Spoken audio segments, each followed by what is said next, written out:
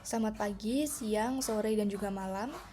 Di sini kami dari SGDA 4 izin untuk mempresentasikan hasil student project yang sudah kami buat dengan judul Zinc Deficiency in Ulcerative Colitis.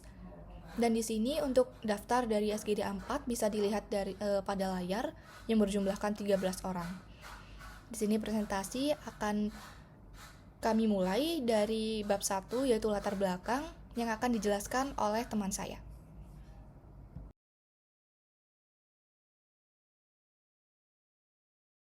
Izin dokter, perkenalkan saya Revalina Ardika dengan NIM 163. Saya akan menjelaskan latar belakang dari student project kami. Ulcerative colitis itu adalah penyakit radang usus atau IBD yang bersifat kronis dan progresif. Penyakit ini akan menyerang mukosa usus dengan pola penyebaran dimulai dari bagian distal dan bisa menyebar sampai ke proksimal sehingga melibatkan seluruh kolon. Salah satu komplikasi sistemik yang umum terjadi pada pasien dengan ulcerative colitis adalah anemia. Anemia ini bisa terjadi karena perdarahan kronis dari mukosa usus yang mengalami ulcerasi, atau bisa juga karena peradangan kronis yang berlangsung lama, sehingga mengganggu penyerapan dari zinc, zat besi, B12, dan asam folat yang sangat esensial untuk pembentukan sel darah merah. Kekurangan zinc dalam konteks ulcerative colitis itu tidak hanya memperburuk anemia melalui hambatan pembentukan sel darah merah, tetapi juga akan memperlemah proses imun dan memperburuk integritas mukosa usus, sehingga akan menciptakan lingkaran patofisiologis yang akan saling memperparah antara defisiensi zinc, anemia, dan juga peradangan kronis. Oleh karena itu, identifikasi dan penanganan dini terhadap defisiensi zat zinc menjadi bagian penting dalam tata laksana ulcerative colitis secara menyeluruh.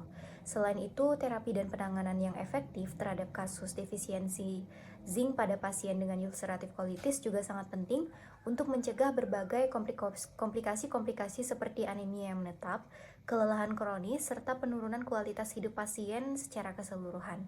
Maka dari itu, kami membuat student project ini untuk memberikan pedoman pemahaman yang komprehensif mengenai defisiensi zinc pada pasien dengan ulcerative colitis dengan spesifikasi rincian prevalensinya, mekanisme patofisiologis yang mendasari, tantangan-tantangan yang dihadapi dalam mendiagnosis, dan juga berbagai strategi penata laksanaan yang tersedia. Untuk pemaparan selanjutnya akan dilanjutkan oleh rekan saya. Terima kasih, dokter. Perkenalkan, saya Kenny Davis Irfan, 3 digit tim terakhir 085. Dan berikut adalah rumusan masalah dari student project kami. Nomor 1, apa definisi epidemiologi, etiologi, dan juga patofisiologi dari ulcerative colitis? Nomor 2, apa yang dimaksud dengan zinc dan bagaimana proses absorpsi serta penyerapannya dalam tubuh? Nomor 3, bagaimana patofisiologi defisiensi zinc pada pasien dengan ulcerative colitis? Nomor 4, apa saja risiko klinis yang dapat timbul akibat defisiensi zinc pada pasien dengan ulcerative colitis? Nomor 5, bagaimana pendekatan nutrisi yang dapat diberikan untuk mengatasi defisiensi zinc pada pasien dengan ulcerative colitis. Izin untuk melanjutkan, selanjutnya adalah tujuan dan juga manfaat dari penulisan kami. Secara tujuan, nomor 1 adalah menjelaskan definisi, epidemiologi, etiologi, dan juga patofisiologi penyakit ulcerative colitis. Nomor 2, menjelaskan definisi zinc dan mekanisme penyerapannya dalam tubuh. Nomor 3, menguraikan patofisiologi defisiensi zinc pada pasien ulcerative colitis. Nomor 4, mengidentifikasi risiko klinis yang dapat ditimbulkan akibat defisiensi zinc pada pasien ulcerative colitis. Dan nomor 5, menjelaskan pendekatan nutrisi yang dapat digunakan untuk mengatasi defisiensi zinc pada pasien dengan ulcerative colitis. Dengan manfaatnya, secara teoritis, pemeriksaan ini diharapkan dapat memberikan kontribusi dalam pengembangan ilmu pengetahuan di bidang nutrisi klinis dengan menambah wawasan dan menjadi dasar teori bagi penelitian berikutnya yang ingin mengeksplorasi aspek nutrisi dalam manajemen penyakit inflamasi usus. Secara praktis, penulisan project ini diharapkan dapat memberikan informasi yang berguna bagi tenaga kesehatan dalam memahami pentingnya deteksi dini dan juga menata laksana defisiensi zinc pada pasien ulcerative colitis, dan diharapkan dapat mendukung perencanaan terapi nutrisi yang lebih komprehensif dan meningkatkan kualitas hidup bagi pasien. Sekian dapat saya sampaikan, saya akan melanjutkan dengan teman saya. Terima kasih.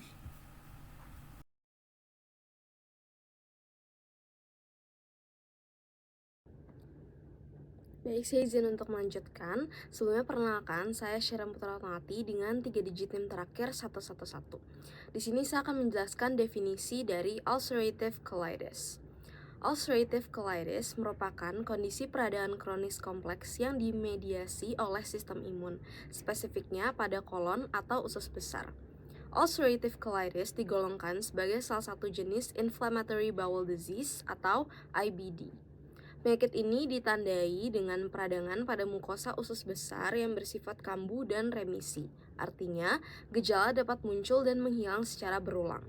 Peradangan mukosa yang terjadi pada ulcerative colitis dimulai dari rektum dan dapat meluas hingga ke segmen proksimal dari kolon.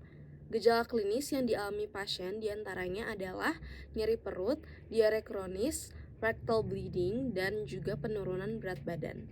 Lalu akan dilanjutkan oleh teman saya. Baik, saya izin melanjutkan terkait epidemiologi dari ulcerative colitis, di mana defisiensi zinc cukup sering terjadi pada pasien inflammatory bowel disease atau IBD, termasuk ulcerative colitis.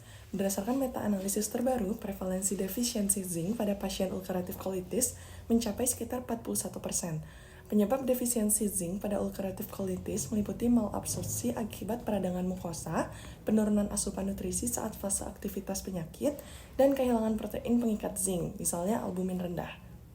Baik, sebelumnya perkenalkan saya Jeng Permani Ratna Nugroho dengan 3 digit NIM terakhir 153, izin menjelaskan bagian etiologi dari ulcerative colitis, di mana ini idiopatik, artinya belum ada penyebab tunggal yang pasti. Kemudian ini dipengaruhi oleh interaksi beberapa faktor, diantaranya faktor genetik, yaitu riwayat keluarga dan mutasi gen, kemudian faktor lingkungan, terutama terkait merokok, di mana di sini perokok aktif justru memiliki resiko lebih rendah daripada mantan perokok. Selanjutnya yaitu disregulasi sistem imun dan sawar epitel usus, di mana aktivasi sel TH2 dan IL-13 ini memicu kerusakan epitel dan inflamasi kronis. Kemudian terakhir yaitu terjadinya dysbiosis mikrobiota usus, yaitu gangguan flora usus normal, di mana ini mengganggu toleransi imun dan memperkuat peradangan. Mungkin sekian yang dapat saya sampaikan, dilanjutkan oleh rekan saya. Terima kasih. Selanjutnya adalah patofisiologi ulcerative colitis, di mana ulcerative colitis ini dipicu oleh faktor resiko yang bisa dijadikan sebagai pemicu, bisa dari lingkungan, bisa dari host. Nah, ini akan menyebabkan adanya defek pada barier epitel usus, di mana barier epitel ini berfungsi sebagai pelindung mukosa usus yang mengalami kerusakan. Nah, kerusakan ini meliputi gangguan produksi musin, di mana musin ini adalah lapisan pelindung mukosa yang melindungi sel epitel dari kontak langsung dengan mikroorganisme dan antigen dari lumen usus. Nah, akibatnya permeabilitas mukosa meningkat, memungkinkan masuknya antigen dan mikroorganisme ke jaringan mukosa. Nah, paparan antigen yang berlebihan ini akan memicu aktivasi sistem imun mukosa secara berlebihan, jadi sudah tidak normal. Nah, sel dendritik dan sel T di mukosa usus itu menjadi aktif yang akan menghasilkan sitokin proinflamasi seperti TNF-alfa, interleukin 5, dan interleukin 13. Nah, respon ini cenderung didominasi oleh tipe TH2 dan sel natural killer T yang berbeda dengan mekanisme inflamasi pada penyakit inflamasi usus lainnya. Nah, aktivasi imun yang berlebihan ini akan menyebabkan disregulasi sistem imun mukosa, yaitu terjadinya apoptosis pada sel epitel dan kerusakan pada tight junction yang mengikat antar sel epitel. Nah, kerusakan ini akan memperparah kebocoran barier epitel dan memperburuk inflamasi. Kemudian akan terjadi peradangan kronis pada kolon, di mana proses inflamasinya itu biasanya dimulai dari rektum dan menyebar secara kontinu ke bagian kolon lainnya. Nah, inflamasi ini menyebabkan kerusakan jaringan dan gejala klinis seperti diare berdarah, nyeri perut, dan kebutuhan buang air besar yang sering. Selain itu, juga banyak penelitian yang menyebutkan mengenai peran mikroflora kolon, di mana mikroorganisme yang hidup di kolon ini juga berperan dalam patogenesis ulcerative colitis, seperti bakteri Clostridium difficile, di mana dia dapat melemahkan lapisan mukosa dan memicu respon inflamasi yang lebih hebat. Untuk selanjutnya akan dilanjutkan oleh rekan saya. Definisi zinc. Zinc adalah trace elemen anorganik penting yang tersebar di seluruh jaringan tubuh, terutama pada otot dan tulang. Zinc berperan dalam lebih dari 300 enzim serta diatur lebih dari 2000 faktor transkripsi yang menjadikannya kunci dalam berbagai fungsi tubuh seperti metabolisme DNA dan RNA, ekspresi gen, dan sistem imun. Sumber zinc terdapat pada daging, unggas, makanan laut, sereal dan gandum utuh, buah-buahan, sayuran, susu, dan produk olahannya, polong-polongan, kacang, serta biji-bijian. Kebutuhan harian zinc bervariasi menurut usia dan jenis kelamin. Baik, selanjutnya perkenankan saya Elizabeth untuk menjelaskan terkait dengan absorpsi zinc. Zinc dari makanan dalam bentuk ion Zn2+ diserap oleh sel epitel usus, terutama di bagian proksimal usus halus, yaitu duodenum dan jejunum. Kemudian, penyerapan dan keseimbangan zinc dalam tubuh diatur oleh berbagai protein transporter, terutama dari dua kelompok utama, yaitu ZIP dan ZNT. ZIP4 berada di membran apikal menghadap lumen usus untuk mengimpor zinc ke dalam enterosit, sedangkan ZNT1 berada di membran basolateral untuk mengekspor zinc dari sitosol ke dalam darah portal untuk didistribusikan ke seluruh tubuh. Selanjutnya, penyerapan zinc terjadi di membran brush border usus, yaitu zinc diangkut dari lumen ke dalam sel epitel penyerap atau enterosit. Dua mekanisme utama absorpsi zinc, yaitu secara aktif atau separable, melalui transporter ZIP4 dengan efisiensi tinggi pada konsentrasi zinc lumen usus yang rendah hingga sedang sekitar 100 mikromolar setelah konsumsi makanan biasa. Namun, ketika konsentrasi zinc dalam lumen meningkat lebih dari 200 mikromolar, penyerapan mulai melibatkan mekanisme difusi pasif yang tidak jenuh atau non-saturable, meskipun kondisi ini jarang terjadi secara fisiologis. Kemudian, setelah berada di dalam enterosit, zinc dapat disimpan sementara dalam bentuk terikat dengan protein metallothionein. Bila tubuh membutuhkannya, zinc akan dikeluarkan ke sirkulasi darah melalui transporter ZNT1 di membran basolateral, lalu dibawa ke hati dan didistribusikan ke berbagai jaringan tubuh seperti kulit, otot, tulang, dan pankreas dalam bentuk terikat dengan albumin dan alfa-2 makroglobulin. Selanjutnya, zinc yang tidak diserap bersama dengan zinc dari sekresi saluran cerna dan desquamasi mukosa akan dieliminasi melalui feses.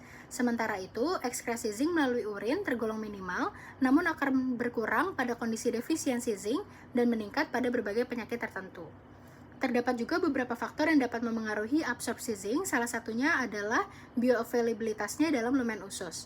Zinc dari larutan oral lebih mudah diserap dibandingkan dari makanan padat karena bioavailabilitasnya lebih tinggi di lumen usus. Selain itu, zinc yang terikat vitat, sebuah antinutrien yang banyak terdapat dalam biji-bijian dan kacang-kacangan, akan membentuk kompleks yang stabil pada pH netral yang tidak dapat diserap sehingga menurunkan bioavailabilitas zinc.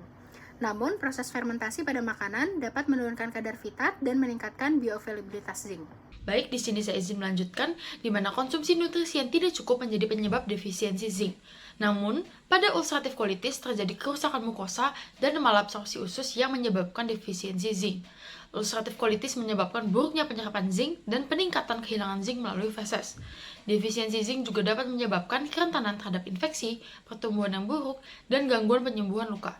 Kerentanan terhadap infeksi bisa dibuktikan dari terjadinya penurunan sitokin TLP1, interferon gamma dan juga interleukin 2, serta penurunan natural killer cell yang diteliti pada relawan diet rendah zinc. Di sini saya akan melanjutkan pembahasan mengenai patofisiologi defisiensi zinc pada penderita ulcerative colitis.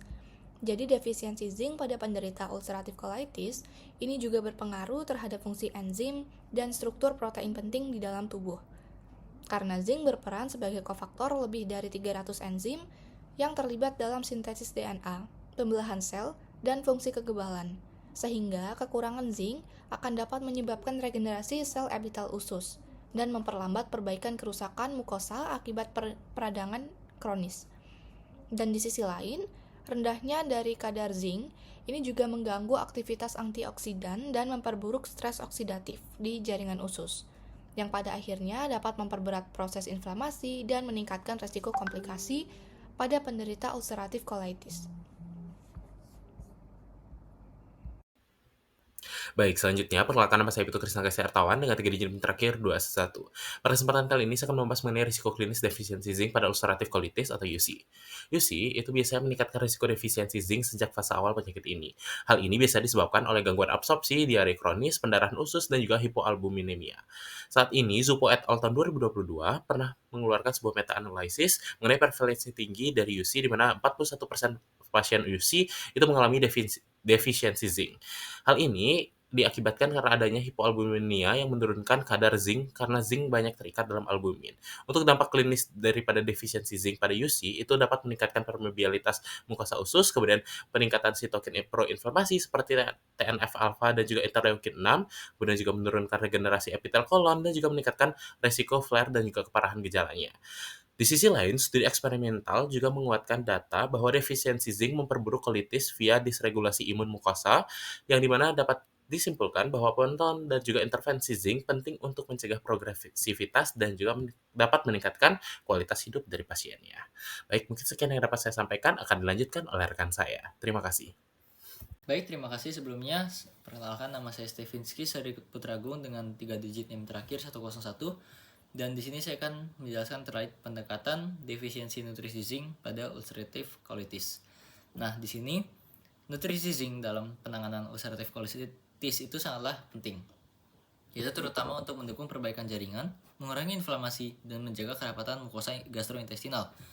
Nah, kemudian menurut penelitian yang telah dilakukan oleh Skovanek dan kawan-kawan, ditemukan bahwa zinc juga memiliki peran yang signifikan dalam regulasi imunitas, sintesis DNA, dan regenerasi sel epitel usus yang terganggu pada kondisi ulcerative colitis. Nah, oleh karena itu, koreksi status zinc merupakan bagian yang krusial dalam manajemen nutrisi ulcerative colitis. Nah, kemudian beberapa opsi diet untuk mengatasi nutrisi defisiensi zinc pada ulcerative colitis itu ada di beberapa sumber pangan. Contohnya yaitu daging merah tanpa lemak, ayam, makanan laut, kacang-kacangan, dan biji-bijian. Nah, meski demikian, sebagian besar pasien ulcerative colitis bisa mengalami intoleransi terhadap bahan makanan tertentu, terutama pada saat stadium flare. Nah, oleh karena itu diperlukan penyesuaian makanan secara individual sehingga bisa menentukan makanan yang tepat bagi pasien tanpa menimbulkan reaksi intoleransi. Nah, kemudian untuk koreksi zinc dari sumber pangan kalau misalnya tidak terpenuhi, maka suplementasi zinc dapat diberikan juga melalui rute oral. Nah, dosis umumnya terletak di antara 30 sampai 50 mg zinc elemental setiap harinya. Dan selama pemberian suplemen zinc ini, kadar zinc serum pasien harus dipantau secara berkala untuk melihat apakah ada atau tidaknya gejala toksisitas yang perlu diwaspadai. Nah, oleh karena itu, pendekatan nutrisi disarankan agar dilakukan secara multidisipliner, yaitu melibatkan dokter dan ahli gizi klinis untuk memastikan tindakan intervensi yang aman dan efektif. Sekian dari saya, terima kasih. Selanjutnya akan dilanjutkan oleh teman saya.